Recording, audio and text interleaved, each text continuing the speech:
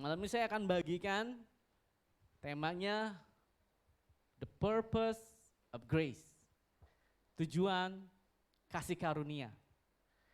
Saya rindu betul-betul supaya setiap kita mengerti arti hidup di dalam kasih karunia. Enggak cuman sekedar kita tahu, tapi kita akan menghidupinya. Tin, sorry dong, AC-nya bisa dimatiin nggak? Saya nggak kuat dingin. Yang di depan aja nih, dingin. Sebentar ya.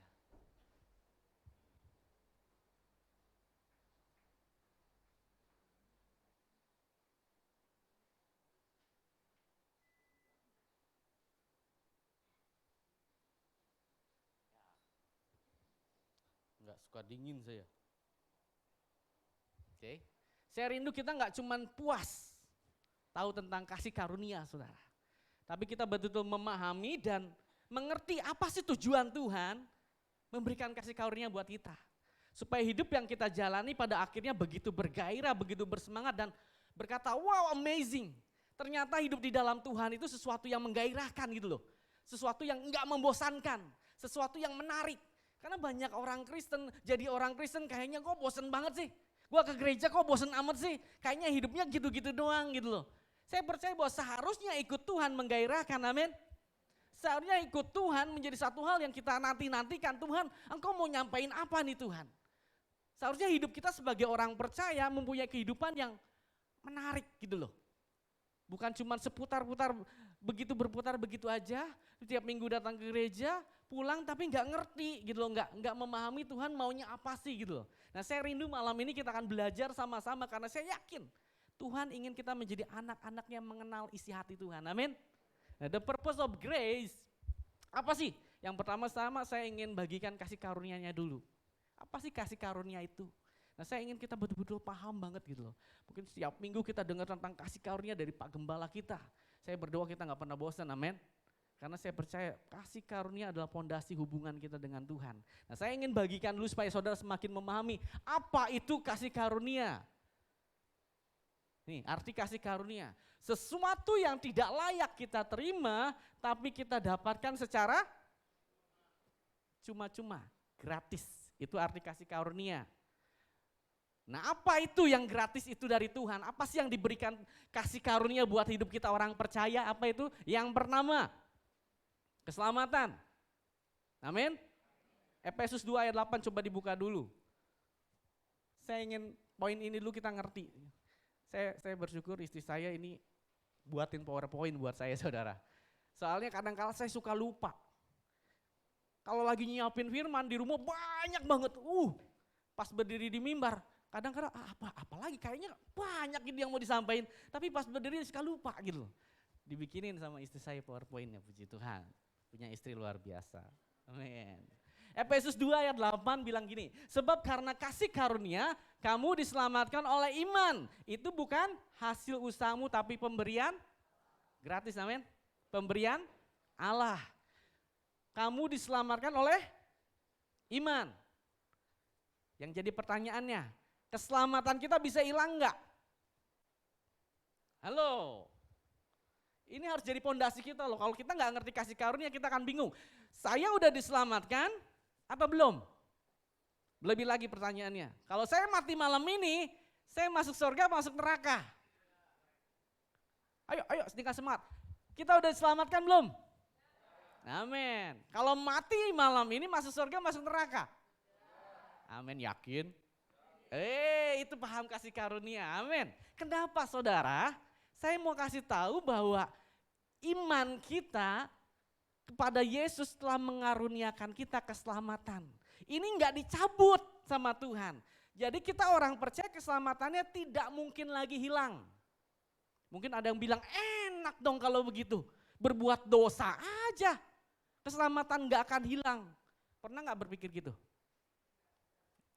Saya dulu pernah berpikir begitu saudara.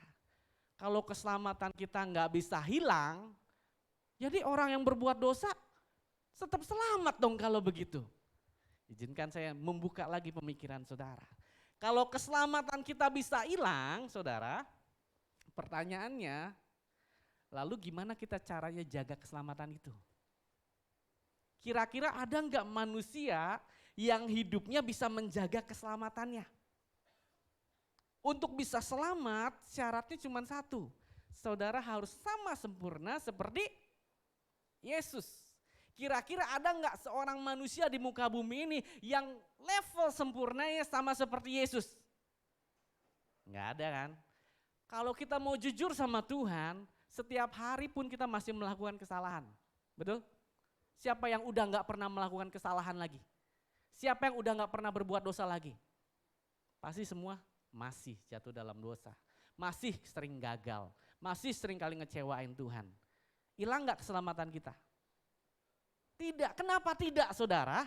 Karena kekristenan selamat bukan karena usaha.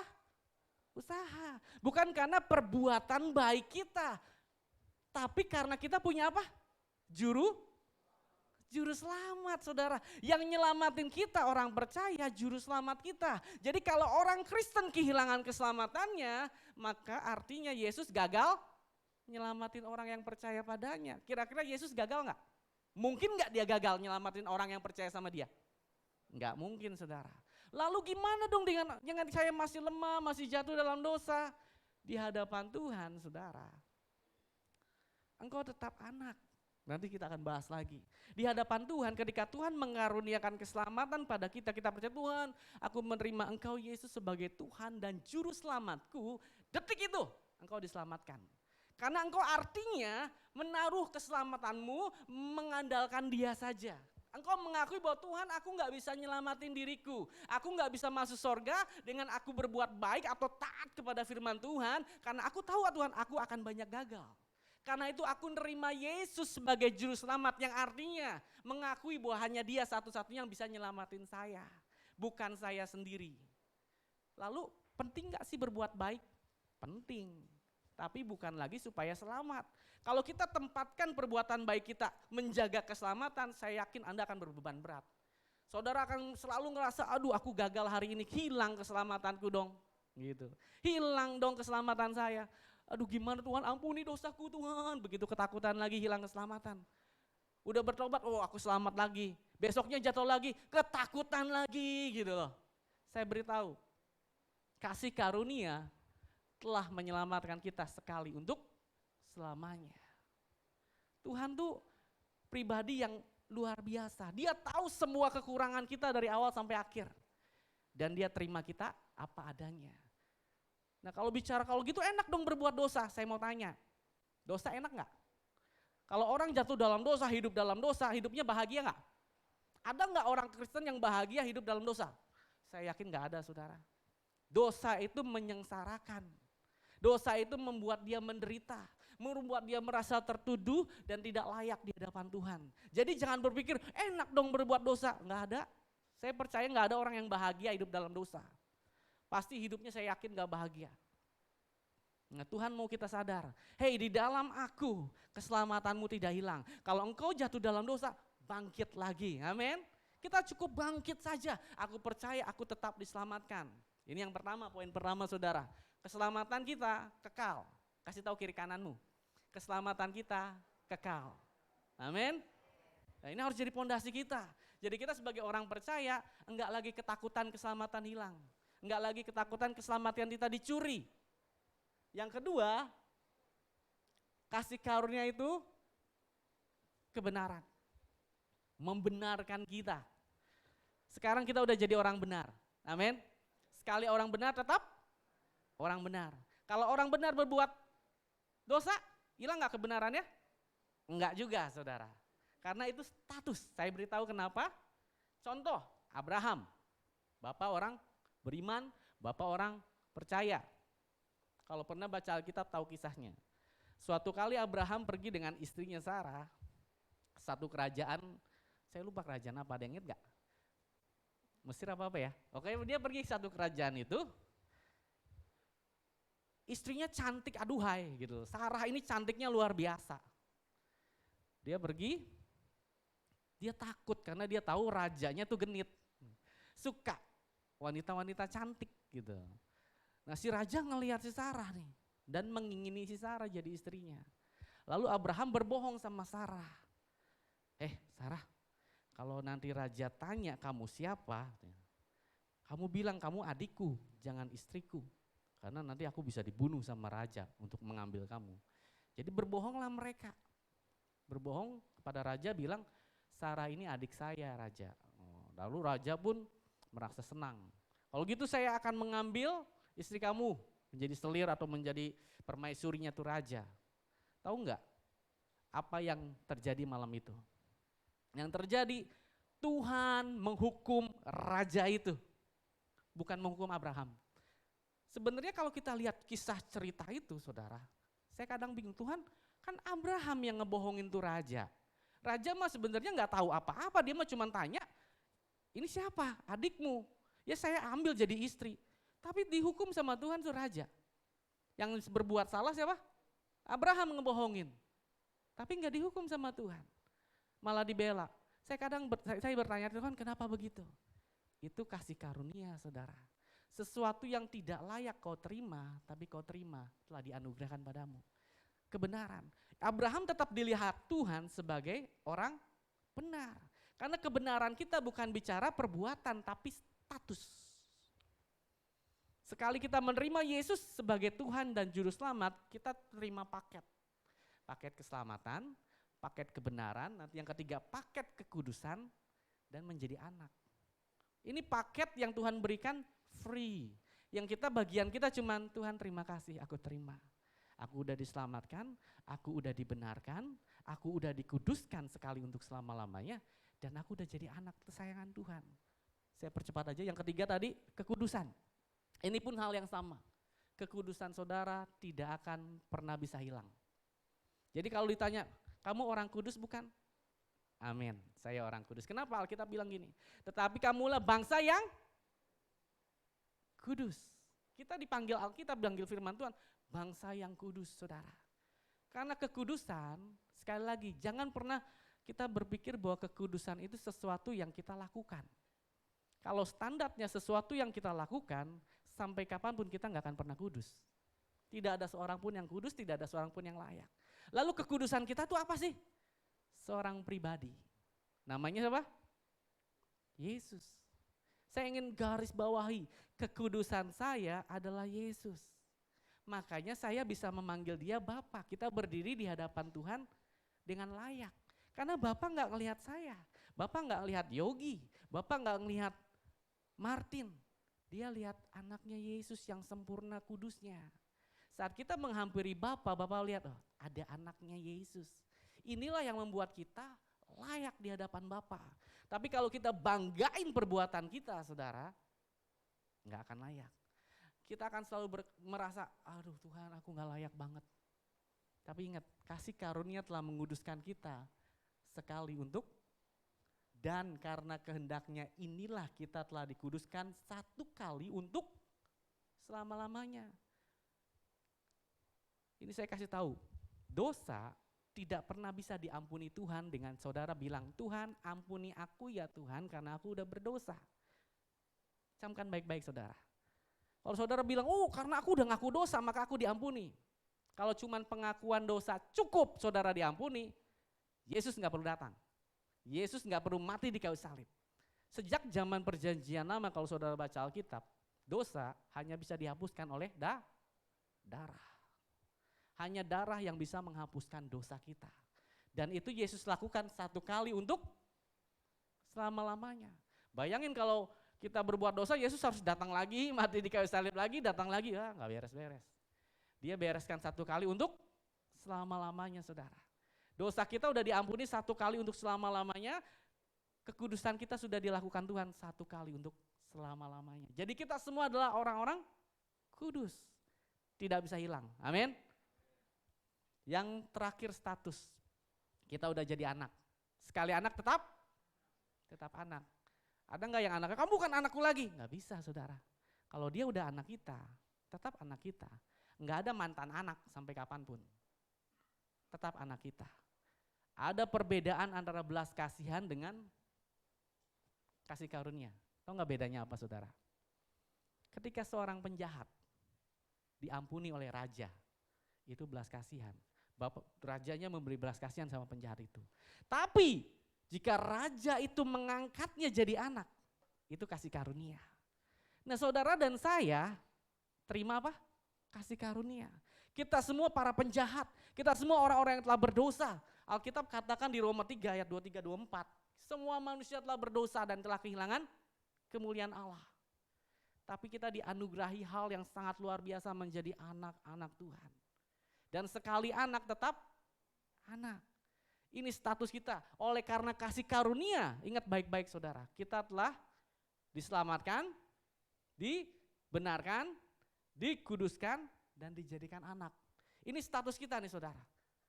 Ini sesuatu yang kita terima dan sampai kapanpun tidak akan pernah ada yang bisa mengambilnya. Katakan amin.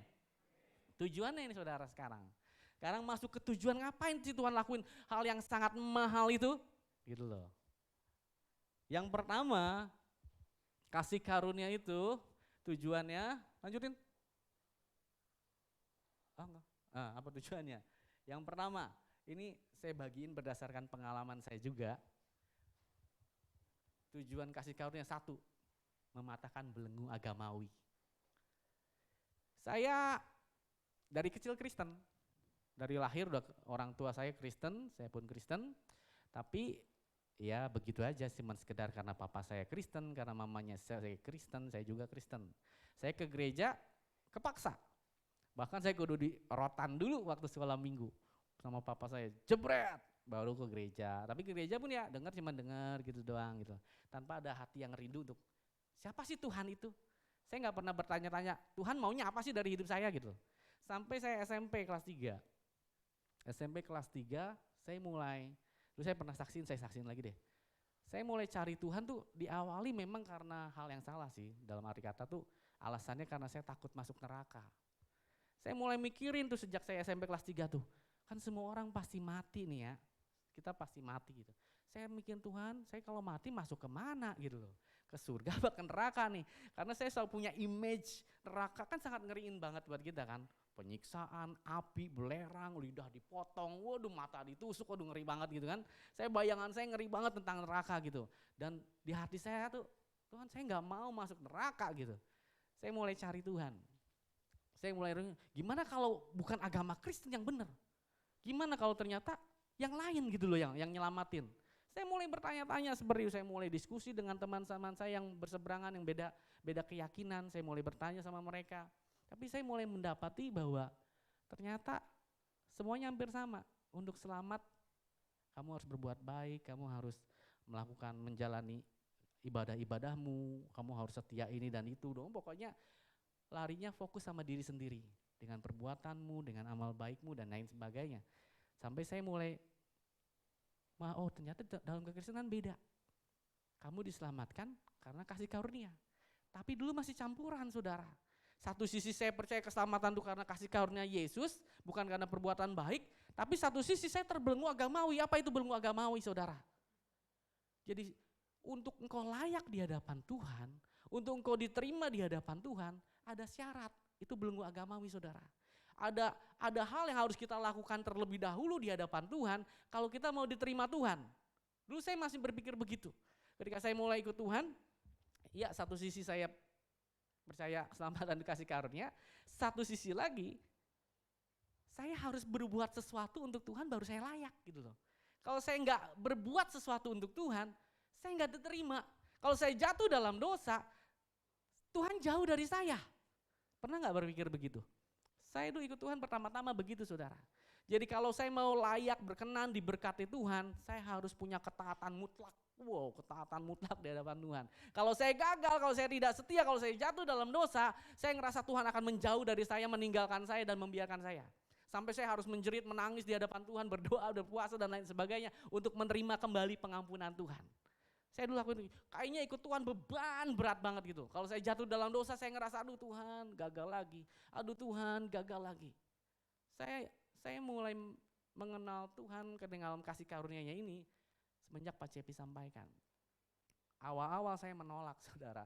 Awal-awal saya kok enak bener ya di dalam kasih karunia, pengajaran kasih karunia ini. Sekali selamat tetap selamat. Dibenarkan selamanya. Kita nggak perlu berbuat ini itu udah layak di hadapan Tuhan. Tapi setelah saya mulai merenung, saya mulai berdoa Tuhan, saya dapat ternyata itu memang yang Tuhan lakukan saudara. Kalau kalau kamu lakukan berdasarkan perbuatanmu, saya mulai sadar, ya nggak akan pernah bisa. Kalau kita berusaha layak dengan perbuatan kita, ketaatan kita, sampai kapanpun tidak akan pernah cukup. Benar? Kalau kita jujur nggak akan pernah cukup, saudara. Tapi kalau kita menerima kebenaran yang Tuhan anugerahkan, ini jawabannya. Nah, semenjak saya mengenal kasih karunia itulah belenggu agamawi ini terbebas. Kalau kita nggak ngerti kebenaran kasih karunia ini, kita masih berpikir bahwa sesuatu yang kita terima itu berdasarkan yang kita lakukan, saya percaya bahwa hubungan saudara dengan Tuhan tidak akan pernah nyaman. Tidak akan pernah nyaman. Pasti akan selalu gundah, merasa bersalah, merasa tidak layak. Nah, saya rindu, Tuhan rindu ketika kita memahami kasih karunia yang telah Dia lakukan buat kita, belenggu ini terlepas, saudara. Beban berat yang selama ini di pundak kita terbebas dan kita betul-betul mengalami rest di dalam Tuhan. Saudara bisa datang sama Tuhan tanpa lagi perasaan takut, nggak layak, nggak diterima, karena Dia akan selalu menerima kita. Amin. Dan yang pertama, tujuan Tuhan memberikan kasih karunia-Nya, Dia mau mematahkan belenggu agamawi. Jangan lagi ada yang menghalangi kita. Jangan lagi merasa tidak layak di hadapan Tuhan. Jangan lagi merasa bahwa engkau tidak cukup baik. Karena di hadapan Tuhan kita udah jadi anak. Yang kedua. Oh, tadi belum. Ini perlu saya bahas, sorry. Mengapa banyak orang percaya terikat belenggu agamawi, saudara? Saya mikir kenapa dulu saya terikat ya gitu. Kenapa baru sekarang gitu. Saya sekarang udah di umur 42 tahun, saudara.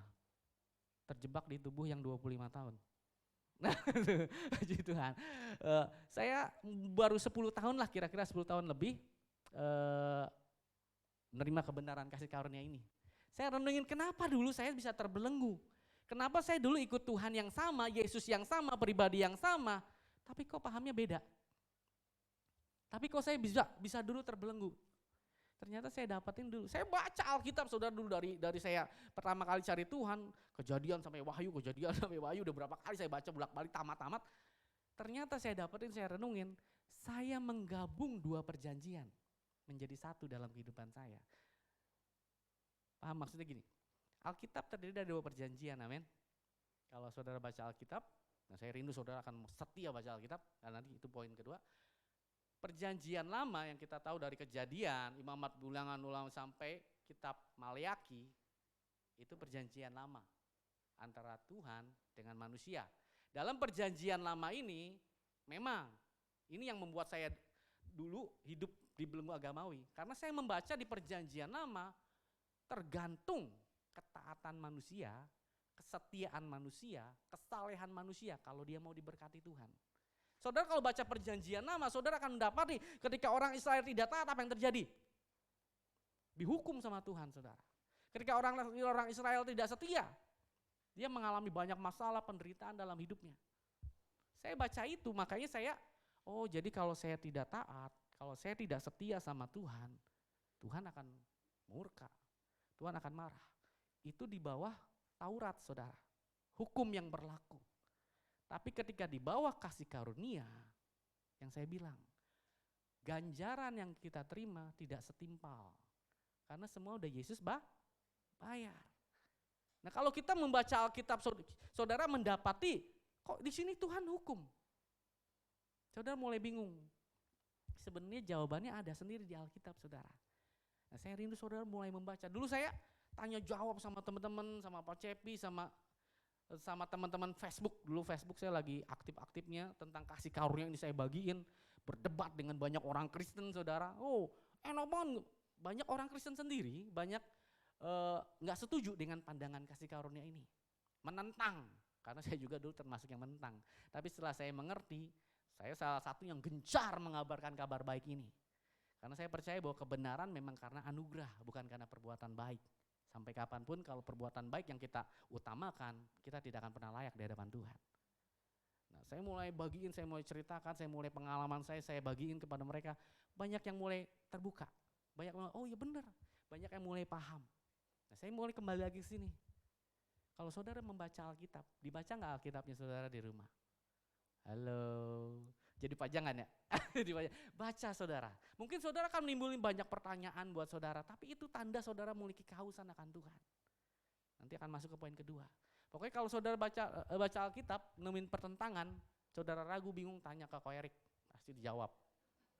Ya, tanya si Tuhan. Nah, kembali, dua perjanjian, yang satu perjanjian lama, itu perjanjian hukum Taurat. Yang perjanjian baru setelah Yesus, bukan di Yesus datang loh, perjanjian baru itu ada setelah Yesus mati dan bangkit. Ya. Karena perjanjian baru oleh darah Yesus, oleh darahnya. Jadi perjanjian baru ini setelah Yesus mati dan bangkit ke surga. Jadi kita tinggal hidup dalam kasih karunia setelah Yesus mati dan bangkit. Karena itu Pak Cepi minggu lalu bilang, tidak semua perkataan Yesus ketika dia hidup di dunia itu untuk kita. Mungkin kalau saudara dengar kemarin, waduh berat banget ya. Saya gimana ngebedain yang buat saya sama yang bukan buat saya gitu ya. Kita perlu belajar makanya saudara. Saya di sini juga mungkin untuk menjelaskan semuanya nggak bisa. Itu perlu ada pembelajaran pendalaman. Tapi saya mau beritahu bahwa sekarang kita hidup di bawah kasih karunia. Dan ingat apa itu arti kasih karunia? Sesuatu yang tidak layak kita terima tapi kita terima secara cuma-cuma. Amin. Nah, poin yang kedua. Ini nih saya mau bahas saudara. Ini yang sangat rugi banget kalau kita jadi orang Kristen gak ngalamin ini. Karena tujuan utama, saya renungin tujuan utama Tuhan memberikan kasih karunia-Nya, kebenaran kasih karunia ini saudara. Goal Tuhan tuh ini. Tuhan menginginkan keintiman dengan kita.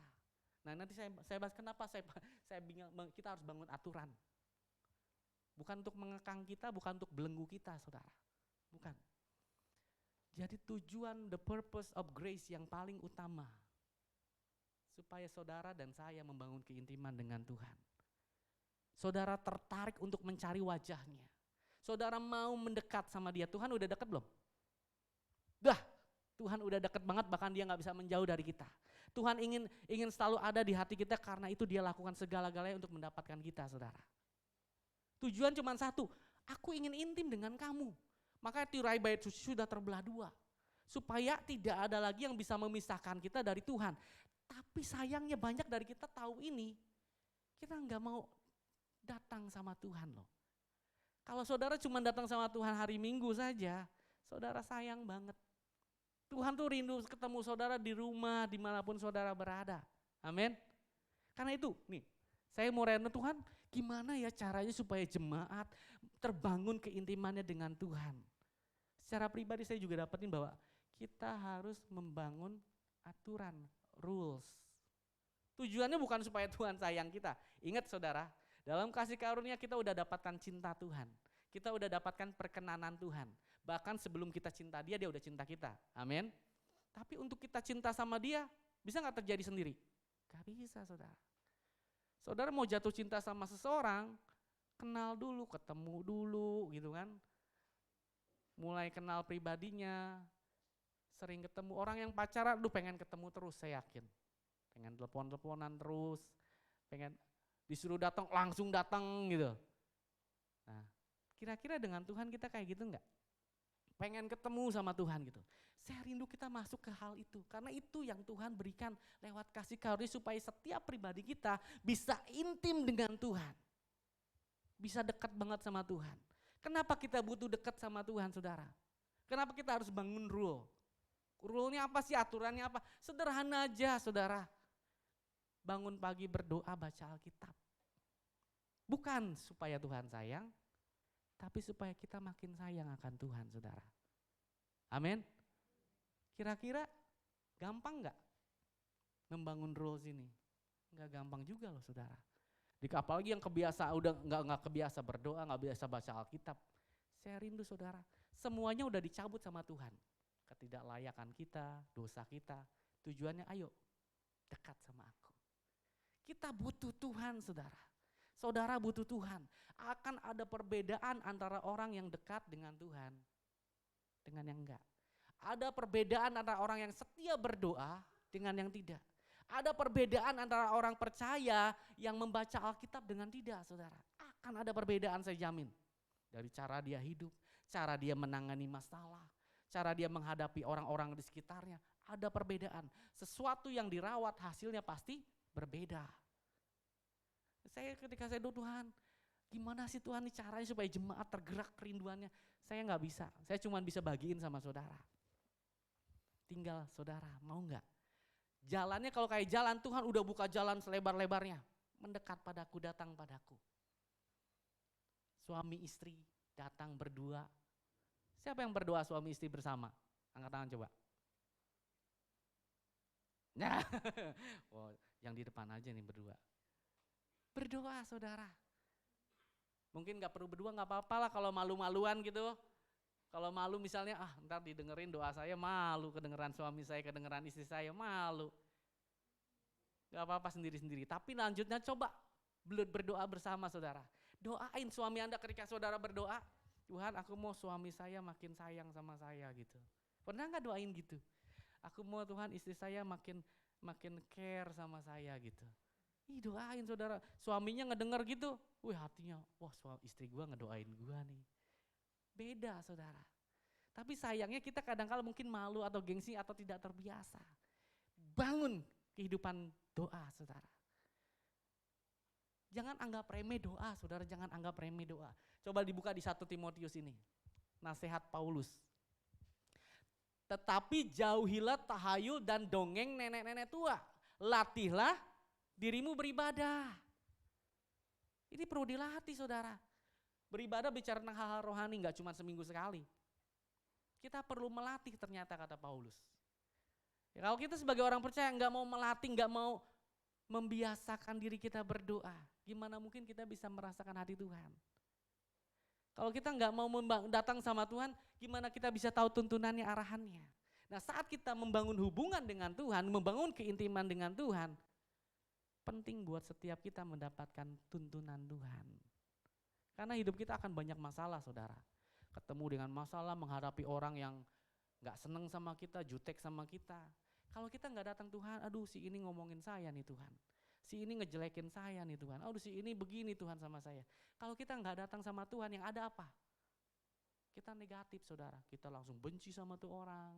Kita jadi musuh-musuhan, malah kita akhirnya ngompor-ngomporin yang lain juga dan lain sebagainya. Tapi kalau kita punya hubungan dengan Tuhan, kita ada masalah persoalan datang sama Tuhan, minta pengarahan dari Tuhan. Tuhan kasih pengarahannya gimana saudara?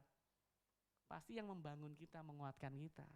Pasti yang membawa damai sejahtera. Pasti yang membawa sukacita.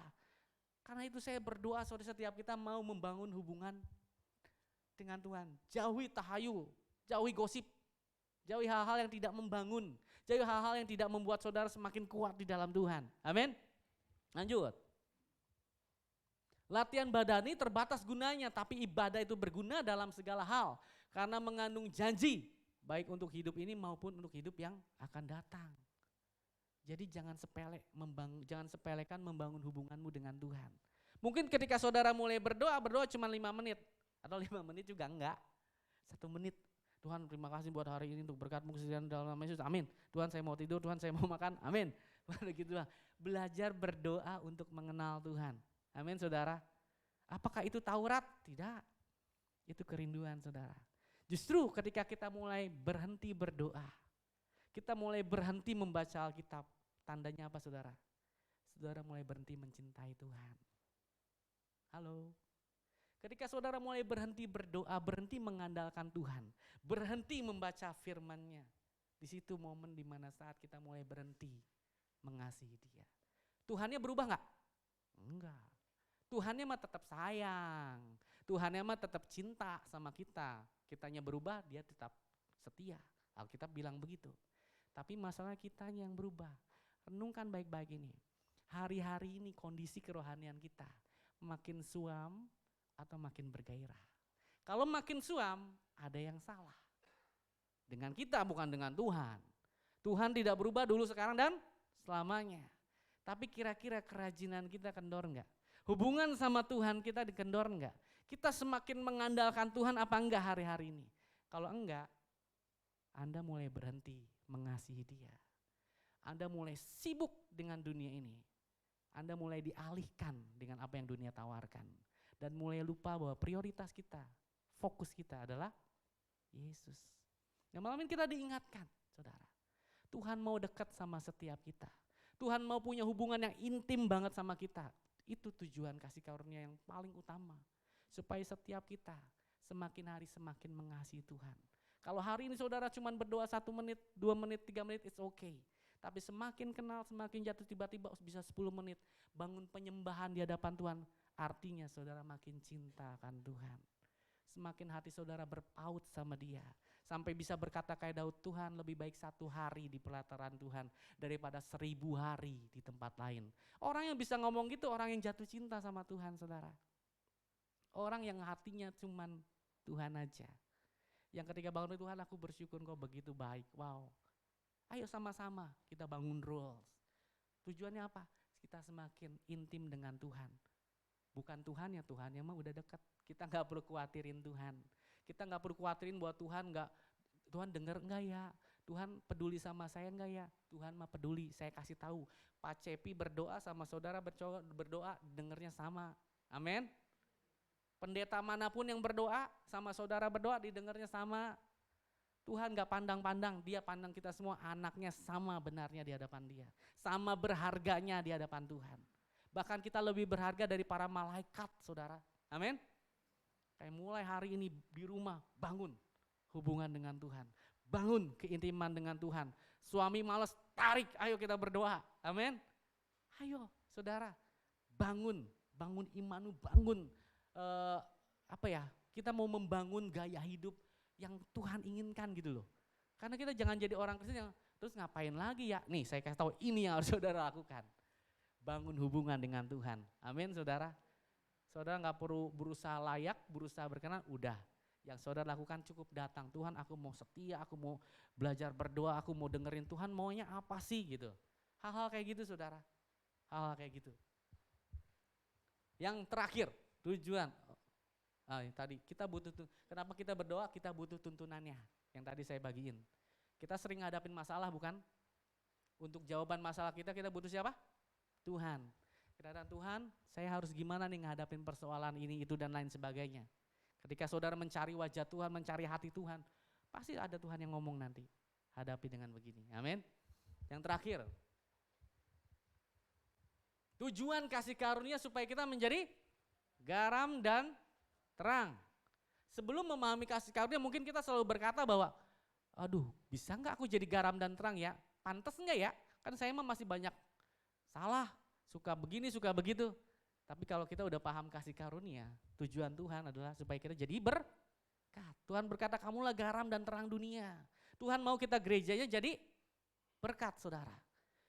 Nah saya rindu kita sebagai gereja Tuhan menyadari ini. Kita harus menjadi garam di tengah apa ini yang paling pertama dulu.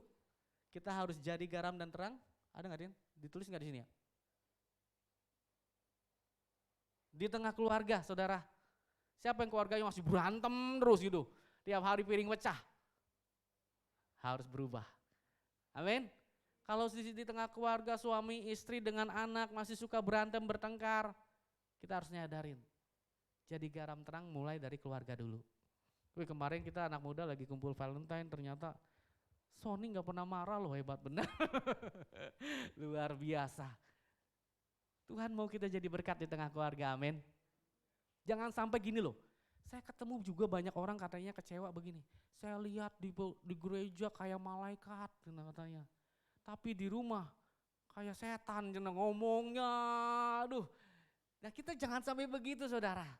Ada lagi orang katanya, ini juga buat para anak-anak peringatan ya. Jangan sampai gini buat gereja bisa ngasih banyak-banyak. Buat orang tua ngasih pelitnya minta ampun. Jangan saudara. Jangan begitu gimana mereka mau, oh ternyata di gereja itu membawa perubahan. Gimana orang mau melihat bahwa, wow ternyata memang hidupnya beda. Kalau kita gak bisa jadi berkat. Dan untuk jadi berkat saudara, kita bukan dulu nih 1 Korintus 14 ayat 20. Saudara-saudara janganlah sama seperti anak-anak dalam pemikiranmu. Jadilah anak-anak dalam kejahatan tapi dewasa dalam pemikiran. Jadi pemikiran kita juga harus dewasa saudara. Kita gak mungkin jadi berkat kalau kita bersikap kanak-kanak. Sikap anak-anak tuh gimana sih? Egois, gak mau ngalah, mentingin diri sendiri, hal-hal kayak gitu saudara. Kita tahu kan sebenarnya mah kita harus ngalah sama orang gitu. Kita tahu bahwa kita harus sabar, tapi praktek ini gampang nggak? Susah saudara. Saya ngobrol sama istri saya, kalau zaman sekarang bagaimana cara kita bisa narik jiwa sih? Kalau kita lihat kira-kira di zaman sekarang kita datangin rumah-rumah, terima ya Yesus sebagai Tuhan dan Juru Selamat. Kira-kira diapain kita? Dilemparin saudara. Kira-kira kita ngomong, terima Yesus bertobatlah supaya engkau diselamatkan. Orang pada melohok, pada bengong. Ini zaman sekarang satu-satunya penjangkauan jiwa yang paling efektif. Kalau kita jadi garam dan terang buat mereka. Jadi berkat di mana kita hadir. Jadi pembawa damai di mana kita ada. Amin. Ini gak gampang loh saudara. Tuhan memberikan kasih karunia supaya kita bisa jadi berkat saudara. Ini salah satu tugas kita. Jadi berkat kita di tengah keluarga, di tengah masyarakat, di tengah gereja. Jangan sampai orang-orang lihat, gerejanya aja berantem melulu gitu loh. Keluarganya berantem melulu, gimana mau jadi berkat. Saya berdoa gereja kita akan bersatu, amin. Kalau ada seorang yang satu dengan yang lain bermasalah, jangan dikomporin saudara. Damain, amin. Kadang-kala kita kebawa emosi. Ikut, iya bener emang si itu mah begitu. Jangan saudara, kita harus belajar memperdamaikan, amin. Jadi disitulah kita sebagai anak-anak Tuhan. Kadang-kala memang emosi suka ikut terlibat gitu loh. Tapi kita harus ingat bahwa Tuhan pengen kita jadi berkat. Menjadi garam dan menjadi terang. Karena itu kalau kita hadir di satu tempat dimanapun, kita lihat ada masalah persoalan, kita bisa menasehati, berilah nasihat. Kalau nggak bisa, panggil Ko Erik lagi. Iya, saudara. Yang penting, walaupun cuma begitu jadi berkat loh saudara. Saudara mungkin, saya emang nggak bisa ngomong kok, saya emang nggak bisa ngomong. Kalau saudara tahu Ko Erik pinter ngomongnya, kasih tahu Ko Erik bisa nasehatin gitu loh. Kasih tahu si Lucy, kasih tahu yang lain. Itu pun jadi berkat saudara. Kalau mungkin nggak bisa, cukup mendoakan pun jadi berkat. Siapa yang kalau tahu teman saudara punya masalah didoain? Kayaknya jarang kali ya. Belajar nggak ngedoain nggak saudara? Ketemu tetangga atau teman dia cerita masalahnya pas di rumah. Tuhan aku berdoa si A punya masalah Tuhan. Doain gak saudara? Kadang-kala kita enggak ya, egois ya. Kadang-kala cuma masalah kita aja yang didoain, yang minta Tuhan beresin masalah saya terus gitu. Tapi ketika orang lain punya masalah, biarin lah, bukan masalah gue ini gitu. Seolah-olah kita gak peduli. Ini kita belajar empati juga saudara. Kalau ada teman bercerita tentang masalahnya, mungkin kita gak bisa membantu dalam dana atau yang lainnya. Tapi dengan doa, itu cukup membantu. Karena kita percaya bahwa doa bisa mengubah segala sesuatu, amin. Tidak ada yang mustahil untuk Tuhan. Nah kita harus jadi orang percaya yang hidup oleh iman. Nah itu iman kan saudara. Bahwa ketika kita berdoa sesuatu terjadi. Bahwa kita berdoa Tuhan mendengar. Ketika kita berdoa ada hal-hal yang luar biasa yang tidak kita pikirkan kok bisa ya gitu. Ini saatnya kita mengalami hal-hal seperti itu saudara. Ini saatnya nanti ketika dibilang ayo siapa yang mau bersaksi. Maju ke depan, saya alami ini dan itu. Saya alami ini hal-hal yang luar biasa dengan Tuhan.